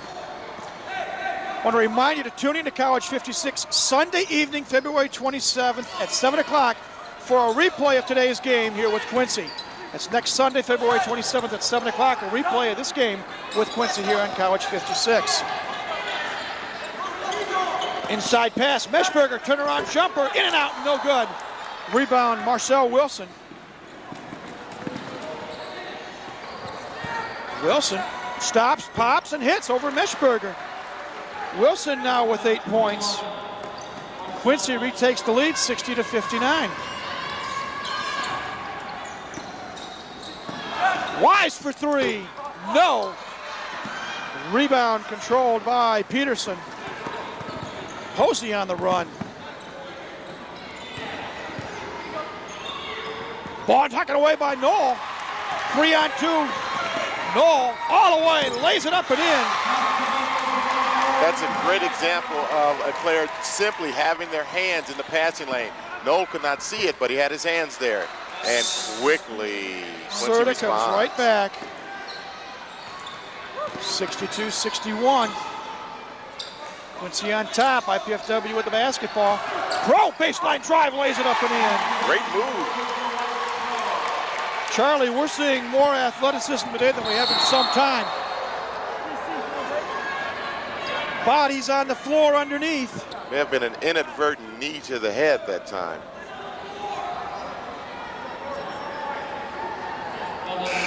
I'm not sure if that foul is on Woodall or if it's on, I believe it's on Woodall. D'Angelo's third.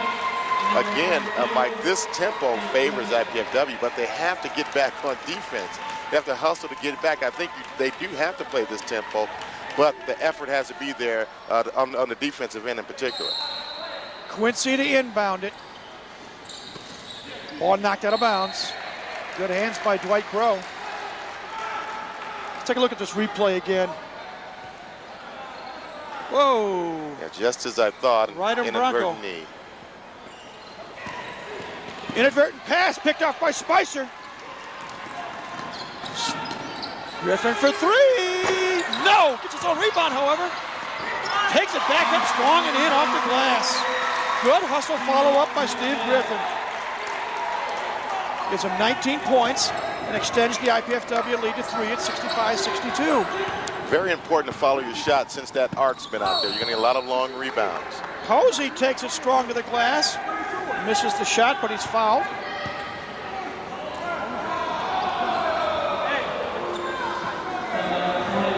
Dwight Crow gets hit with the foul, his first, team fourth. Coach Knoll just asked a question to his team that I was certainly thinking, where is the help side? Some of the help side defense has to be there. When you see a player going right to the basket, you have to have your help side players right there waiting. First free throw by Posey, in and out. Mike, a 79% free throw shooter on the year coming in.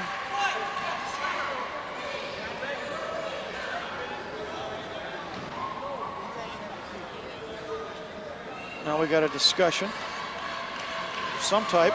I think they might be talking about the clock just flashed off and flashed right on. It took about 2 seconds, but it flashed right back on. Second free throw good. Makes it 65-63. Posey now with 7 points. Nice feed inside. Akani misses. Ishman misses. Akani hits the third.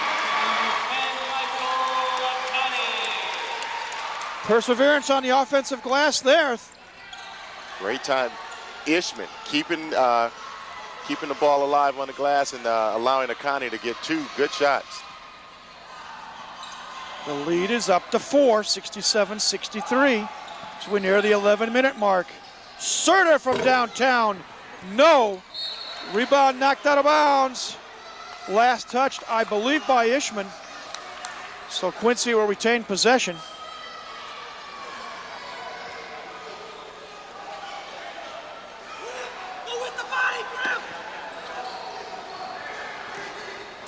Posey watched by Spicer. Double team, whistle. Said he stepped on the end line. Turnover, Quincy.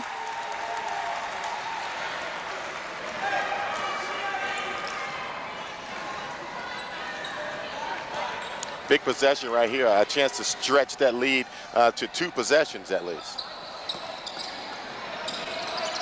Akani up top.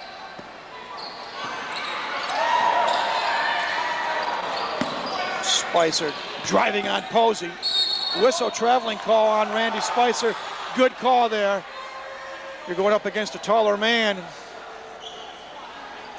It's not easy, I tell you that. Been there. Hawks with the ball. IPFW with some full court pressure.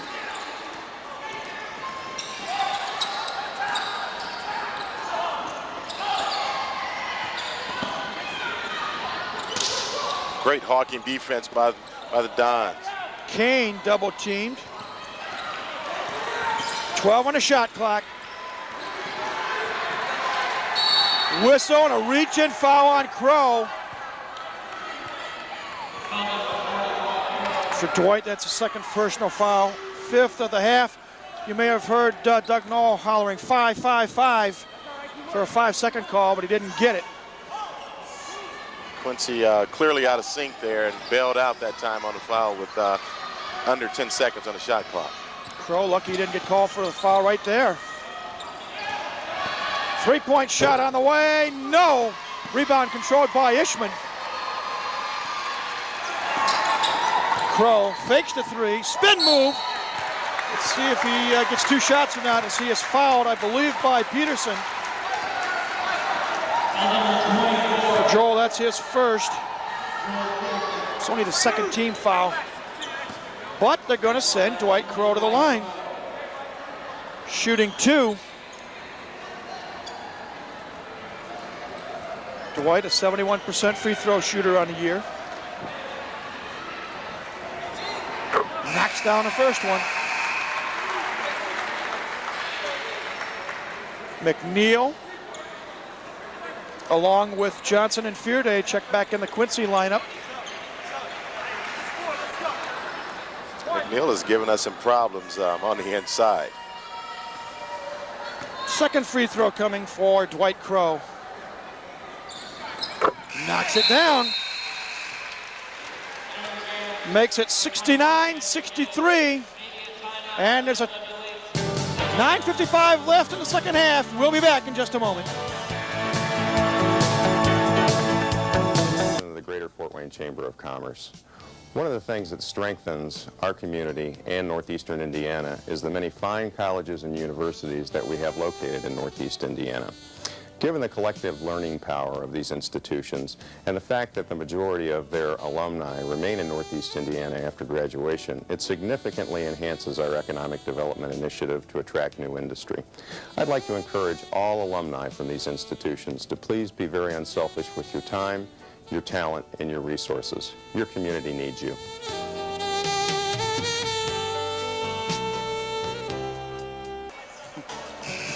Welcome back, everybody. Mike Moss, Charlie Washington with you here at the Hilliard Gate Sports Center. 9:55 left in the second half, and right now the Mastodons enjoy a 6-point lead, 69-63. And Charlie, it's been a team effort this afternoon. There's no question about that. Effort, the Dons have never lacked effort that I've seen this year. I think other teams have found their weaknesses and exploited them. So the effort's going to be there, and at times Quincy has exploited our weaknesses as well, but the Dons have adjusted to that and adjusted very well. Hawks inbound the basketball.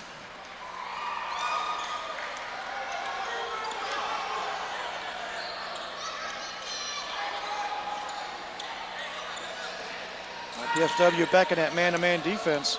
Johnson kicks it outside. Serta for three. No. Long rebound controlled by Griffin with a body hanging on him. Gibbs, cross-court, Griffin for three. No. Rebound McNeil. Here come the Hawks. Johnson reverse, missed, tap, no. Rebound McNeil, and he is fouled underneath. That ball seemed to just literally hang on the rim. Haven't seen that. I've seen it roll around and roll around, but that one didn't even roll around. It just hung up there. I believe that foul was called on Randy Spicer. That's his first, team sixth. But they're going to send McNeil to the line, shooting two. Brian 2 of 4 today at the stripe. To go along with 5 field goals. Rims out the first one.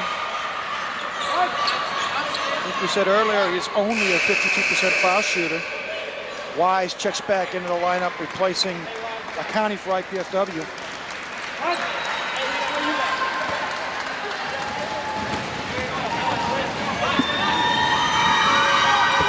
Second one no good as well. Spicer comes down with the rebound.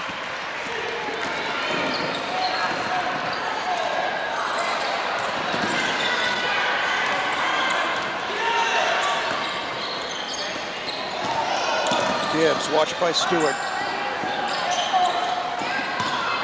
Baseline drive, Wise, yes. Nick Wise now has a dozen points. The lead is 8. Stewart for three. Boy, Stewart can hit from the outside. Well, you and I might be able to nail that one if nobody's going to guard us, Mike. Tyrese Stewart with 20 points, 6 long balls. Could be a key coming down the stretch. Benji Gibbs dishes off to Ishman underneath. Ball knocked away by Serta, but picked up by Wise. No foul called on Serta as Wise got mugged. 6 on the shot clock. Gibbs, spin move, stops, pops. Yes! Benji Gibbs with 9 points here in the second half.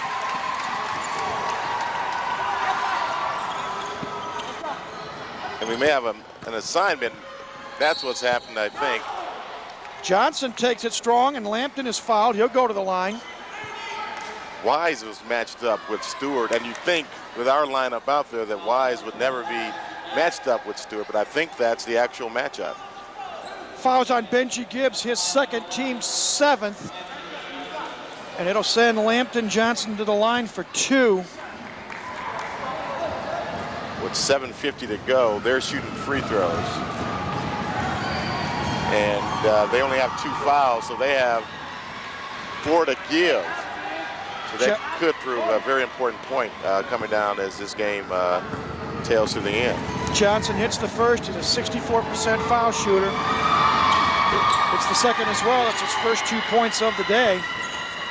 And it's a 5-point IPFW lead, 73-68.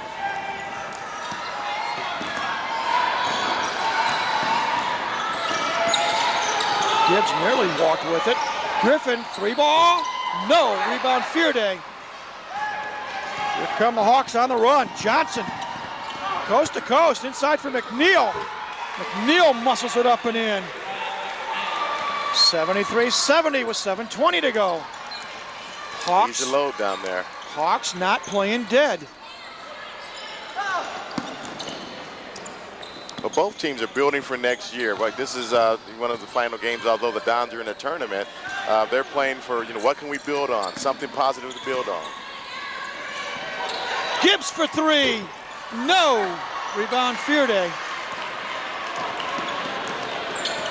Johnson gets fouled going in, I believe by Spicer.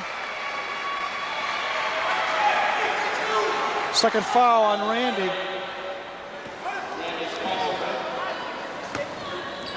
And again, Johnson shooting free throws for Quincy. Now, being from Detroit, and I remember many a time seeing the Detroit Public School League, and it's some of the best high school basketball in the country. Johnson has played Southwestern perennial state power. Knocks down the first one. A gentleman by the name of Perry Watson was the coach for a long time. Then he went on to be an assistant at the University of Michigan, and now he's the head coach at the University of Detroit. Johnson, good quickness. Haven't seen much of an outside shot from him, but it does like to go to the basket. Knocks down both free throws, giving 4 points, and it is a 1-point game, 73-72. Big possession here. Gibbs stops, turnaround jumper, no, rebound Fearday. Good block out by Fearday. Hawks with a chance to take the lead. Whistle, they're going to call Wood off for the block. It's number 4 on D'Angelo, to the dismay of Doug Knoll and company.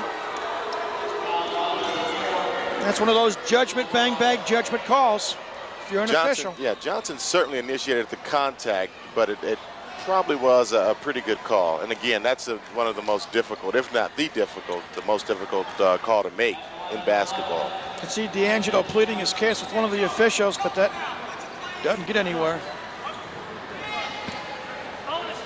Back at the line once again, Lambton Johnson.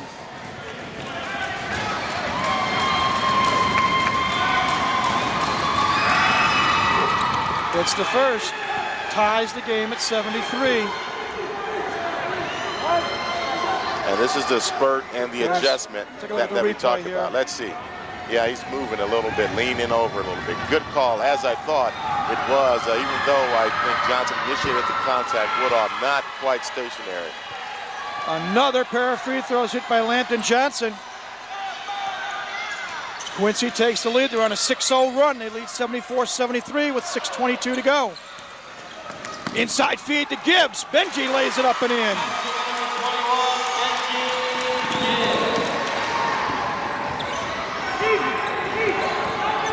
This game may go down to the last possession. That was double dribble. No call by the official. Johnson taking it, kicks it off. Serta for 3, no, whistle, foul underneath. They're gonna call McNeil for the foul.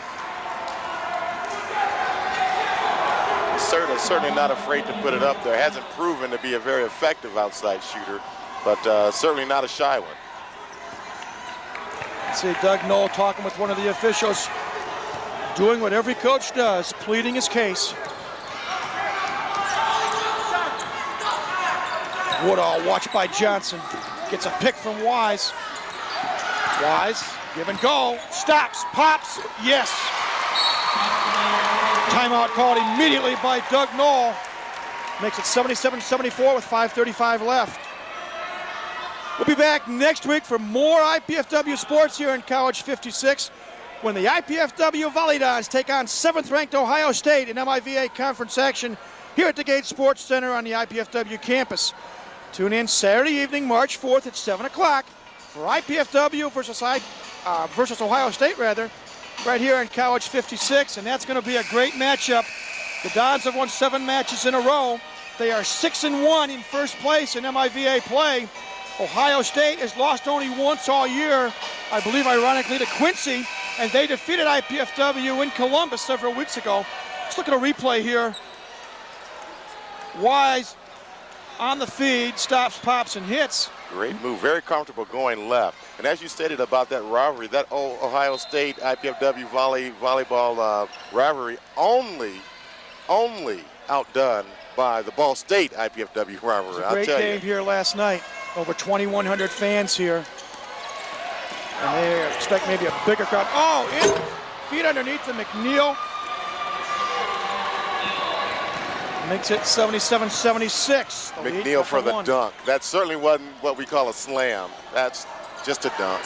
Wise for 3. In and out, no good. McNeil with the rebound. Hawks with a chance to retake the lead at the 5-minute mark.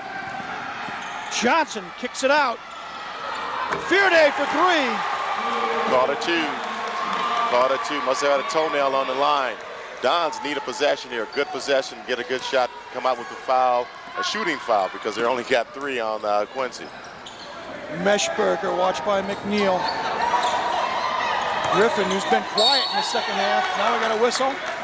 They're going to call McNeil. McNeil gets hit for the second personal foul. 4th team fouls he and Meshberger jostling for position. Woodall to inbound it. Not much of a contest if we're going strength for strength. We've got a whistle and a timeout on the floor. 4:38 left, 78-77 our score. Quincy on top.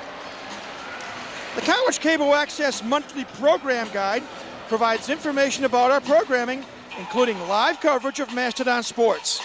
To receive your free College 56 program guide, send your name, address, and zip code to College 56 at IPFW, 2101 East Coliseum Boulevard, Fort Wayne, Indiana 46805. Or call us at 481-6056 or email us at cabo56@ipfw.edu. Well, you get a good look at the Quincy Hawks listening to instructions from their coach at their bench. 4:38 to go. It's a 1-point ball game. What are these coaches saying to their respective teams? Well, these last 4.5 minutes are certainly, going to be very, very important. The next possession, I think both teams are talking about this specific possession because it is very important. The Dons need to get a good shot, and Quincy's saying we need to control the tempo, get a good defensive stop, and then get a good shot on our end. Randy Spicer will inbound the ball. Discussion at the scorer's table over the number of timeouts, I believe. Right now, you're almost coaching possession for possession. Spicer inbounds it.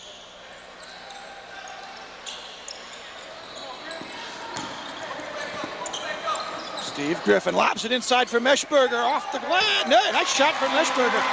Thought he was going to bank it, but he swished it instead. Big bucket ties the game. It gives IPFW the lead, 79-78. You're right. Great touch that time by Mesh. Inside to McNeil. Bank shot up and in. McNeil with 12 points here in the second half. IPFW better find a way to stop him inside in his last 4 minutes. Gibbs, watched by Stewart. Again, inside pass, Meshberger. Got away, was pushed by McNeil. No call, but Meshberger gets the bucket. And it's a good thing the foul was not called because it would have been on the floor if the referee calls that. Stewart for 3. Someone has to get out on him. Now, if you're the Dons here, I score here, I may think about going back to that 2-3 zone just to change tempo. Turnaround jumper by Meshberger. No! Rebound underneath, knocked out of bounds. They say it'll be IPFW basketball. Nobody's been guarding Stewart. He's proven that when we get up on him, make him adjust his shot or make him move with the basketball, he's not nearly as effective. Spicer. Inside Wise. Turnaround jumper. No! Tap up by Gibbs. No. Wise with the ball. Good teamwork. Whistle. Timeout called by Doug Knoll. Good hustle on the part of IPFW. Great presence of mind that time by Benji Gibbs to be on his back and to find Randy Spicer. 3:14 left, 83-81. We'll be back in just a moment. Business degree. But with housing and tuition, it really adds up, and the money just wasn't there to go away to college. And with a 2-year-old, my housing options were kind of limited anyway. And the truth is, I really wanted to keep my job and stay close to home. Going to IPFW made all that possible. IPFW? The best choice I ever made. Indiana University, Purdue University, Fort Wayne. The right school, right here, right now. Welcome back, everybody. Mike Moss, Charlie Washington with you. 83-81, Quincy on top. 3:14 left here in the second half. It'll be IPFW basketball. Charlie, this has been worth the price of admission, truthfully. Oh, no question about that. And the last few times down the court, the Dons showing a little inside presence, which is a great thing to see. Teams coming back on the floor. Spicer, Griffin, Wise, Gibbs, and Ishman in for Meshberger for IPFW. Gibbs will inbound the basketball. Griffin, three-pointer, no! Rebound Fearday. Long pass ahead to Serta, ball out of bounds. Off of Serta's hands last. It'll be IPFW basketball. Good block out by Steve Griffin defensively. Exactly. Once Serta became separated from the ball, he had to reach for it, and Griffin did a great job. He knew he couldn't get it, but he could stop Serta from getting to it. Benji Gibbs gets it to Wise. Wise lays up the Richmond with a dunk. Ish, and once again, Gary, Indiana, not Louisiana, going nuts. Just like the last play of the first half, it ties the game at 83. And if he wouldn't have got it, Benji Gibbs would have. Stolen by Wise. Ahead for Gibbs. Shot up and in. Count it, he's fouled. Benji Gibbs' athleticism has been in the house today, and it's given IPFW quite a few intangible types of advantages. Foul is on Lampton Johnson, his fourth. Team fifth, and a very critical free throw here for Gibbs because it can make it a 3-point lead.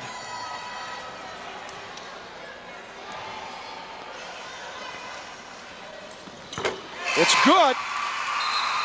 86-83. Now, if I were the coach, and I'm not, I change the tempo and go to that 2-3 zone. That was very effective against Quincy in the first half. Benji Gibbs, 25 points this afternoon for IPFW. Undoubtedly his best game of the year. Ought to have senior day more often. And they're in the flow of the game. No erratic shots, very much in the flow. Serta for three. No, rebound Gibbs. Hammered by Fearday. They're going to call a jump ball. Gibbs hit in the eye. Doug Knoll screaming for a foul on Fearday. They say it's a jump ball, and on the alternate possession, I believe it's IPFW. 20-second timeout now called by Quincy.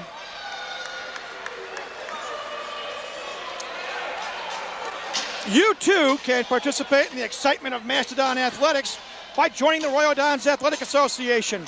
The Royal Dons is IPFW's official athletic booster organization.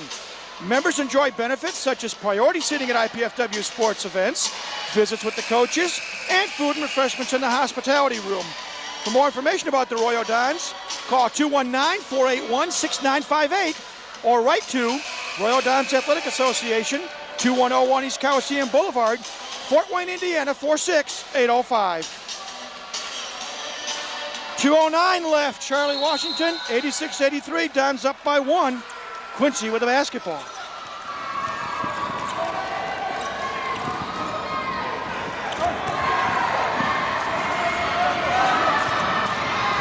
Inside, McNeil goes strong, and he's fouled, I believe, by Ishman.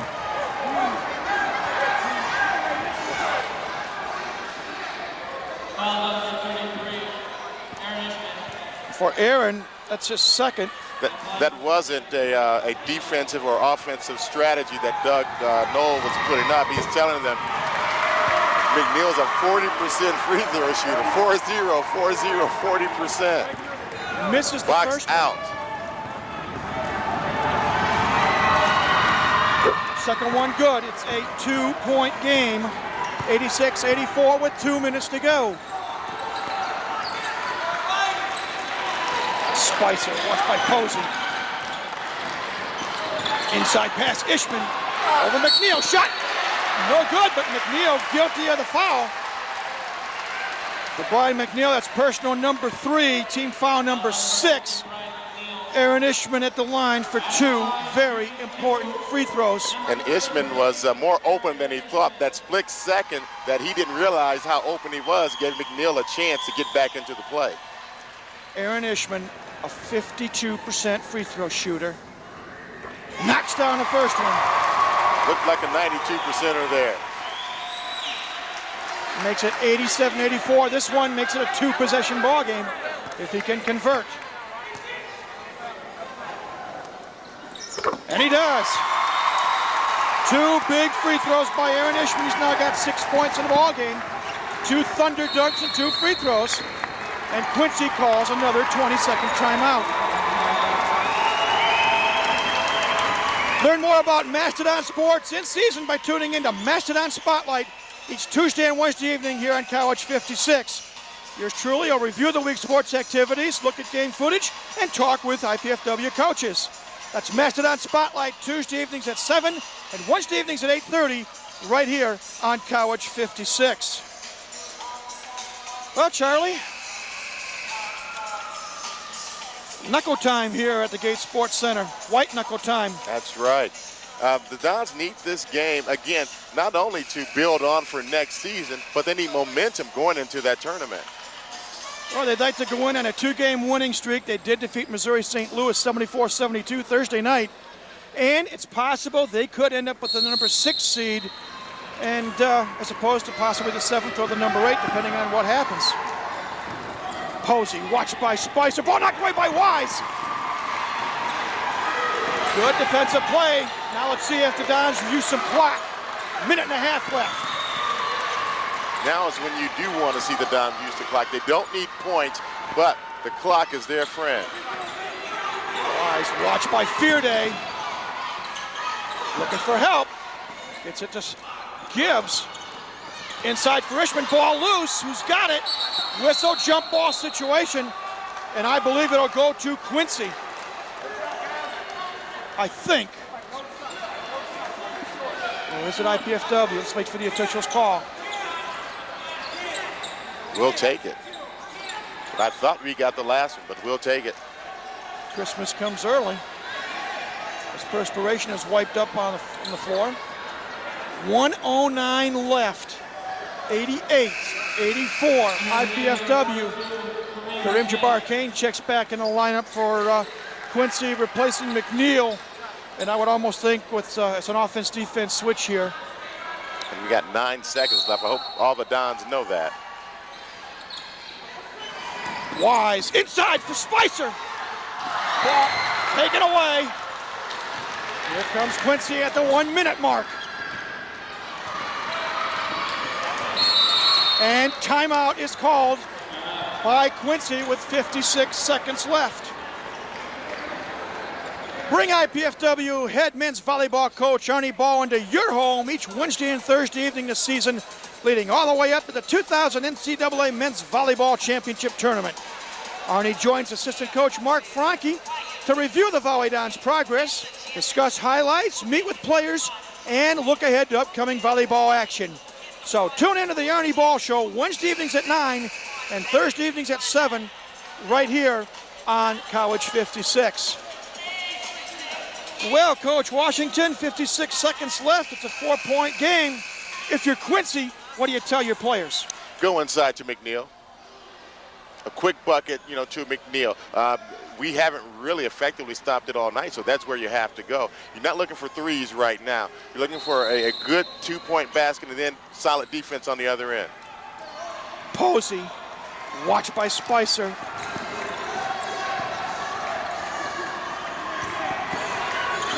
.17 on the shot clock. Fearday inside for McNeil. Turnaround shot up and no good. Tap names. Oh, that tap actually went off of Griffin's hand.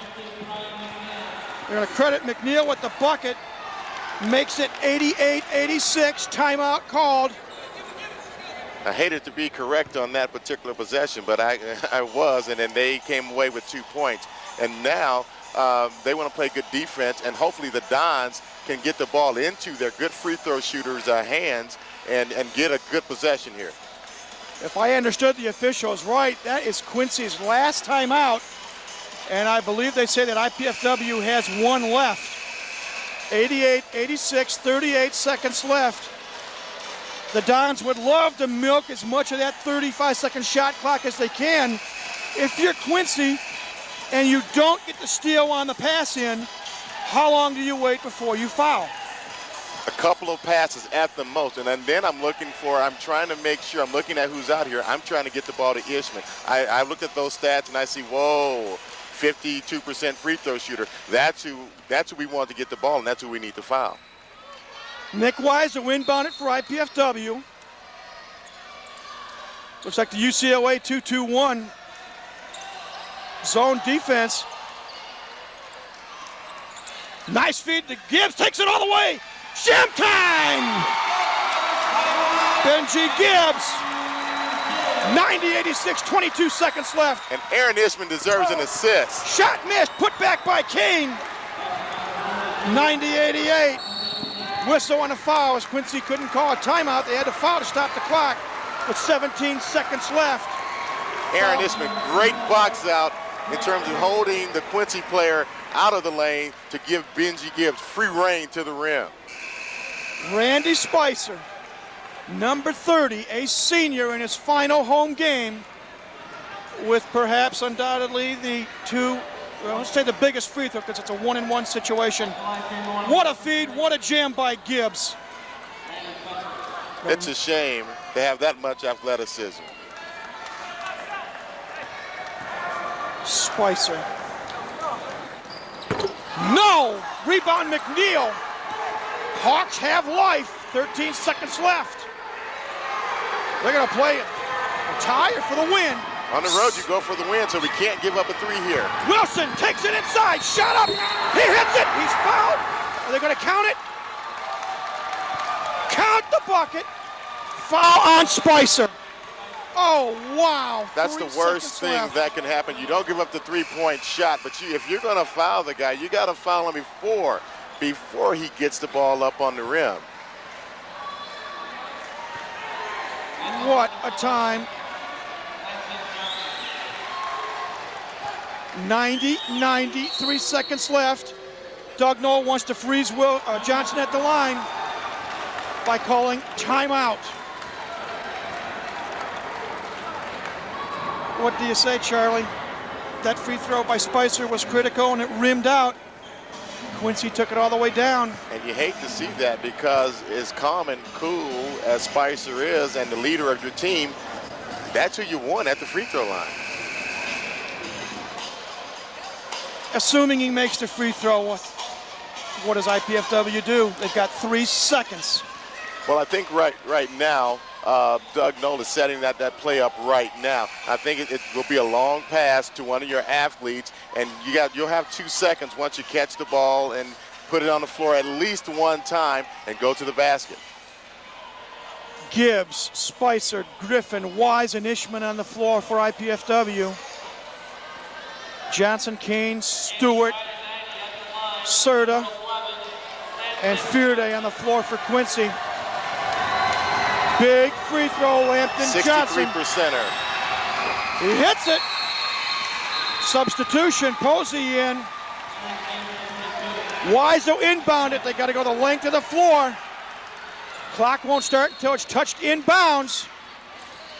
Spicer, he's going to have to do it. Clock goes off before Spicer can get the shot. And a bittersweet loss for IPFW. And that's so unfortunate for Randy Spicer to have missed the front end of a 1-and-1 and then not be able to get off a shot. Shame for him. Great career here as he sees his home career come to an end. We still got another game to go, though. Final score, Quincy 91, IPFW 90. Well, with the win, Quincy finishes their season 10-16 overall, 7-13 in conference play. IPFW drops to 11-15 overall, 8-12 in GLVC action. And now we have to wait and see what happens with the other conference games to see where IPFW finishes in the conference race and who they will play in the conference tournament at Evansville. We know it's going to be one of three teams, either Kentucky Wesleyan, Southern Indiana, or Northern Kentucky. And, you know, and to be quite, frank and honest, it really doesn't matter at this point. We can go back and look at stats and see who the Dons fared better against. But at this point, it doesn't matter. What the bigger thing is how the Dons will respond to this devastating, loss. Will they come back ready to play, which I certainly think they will, with seniors, knowing that, hey, this is it. I think they'll get the other players involved and be ready to play. Well, one thing that we did see today was an outstanding performance by Benji Gibbs in his final home game here at the Gates Sports Center, and officially I have him for 27 points. Steve Griffin conspicuously was quiet in the second half. He only scored 2 points in the second half and finished up with 19 points. Ishman in his final home game, 6 points. Randy Spicer with 2 and that missed free throw. Other unofficial scoring, Michael Akani, 7 points in his final home game. Freshman Brad Knoll with 4. Freshman Dwight Crow with 4. Sophomore Nick Wise with 14. Senior Dave Meschberger with 7. For Quincy, unofficially, they were led by Tyrese Stewart, and the man could not seemingly miss from the outside. He had 7 3-point field goals to go along with the deuce for 23 points. Brian McNeil was a good compliment on the inside. McNeil had 6 points at halftime. He had 15 second half points for 21 points. Kareem Kane with 8. Mike Posey with 7. 8 points for Tony Serta. And Lampton Johnson, the sophomore from Detroit, all his points came in the last 10 minutes, or 12 minutes rather. One mighty big 2-point field goal, that last 3-point play, and he was a perfect 7 of 7 from the stripe. So his driving to the basket really hurt the Dons in the second half. They couldn't seem to stop that. And again, it caused me to think, hey, maybe we ought to, go back into that 2-3 zone, which seemed so effective when we switched to that in the first half. Charlie, it's been a joy working with you this year on these men's telecasts. I can't thank you enough. It's been real fun. Well, likewise, Mike. I just wish we had more good news to pass along in these times. We've been on the bitter end of quite a few. Well, that's about it. Our program today was sponsored in part by Pizza Hut of Canterbury, featuring famous Pizza Hut pizza. We'd like to thank at this time the College 56 production crew, the IPFW athletic staff, the City of Fort Wayne, Comcast Cablevision, the IPFW Learning Resource Center, and especially the IPFW Office of University Relations and Communications for their contributions to this College 56 sports telecast. This telecast of IPFW Sports is copyrighted and the sole property of the College Cable Access Center and IPFW. Unauthorized duplication, exhibition, rebroadcast, retransmission, or other use of this event without express written consent is strictly prohibited. We hope you've enjoyed our telecast of IPFW Sports. If not the final result, and we thank you again for joining us this afternoon. For Charlie Washington, this is Mike Maas saying goodbye for now. Once again, our final score here today was Quincy University 91, the IPFW Mastodons 90. Stay tuned next this coming week. Mastodon Spotlight Tuesday and Wednesday. The Arnie Ball Show Wednesday and Thursday. And next Saturday night, IPFW takes on Ohio State in MIV volleyball action at 7 o'clock right here at the Gate Sports Center. Until then, we bid you a fond farewell from the Hilliard Gate Sports Center on the campus of IPFW.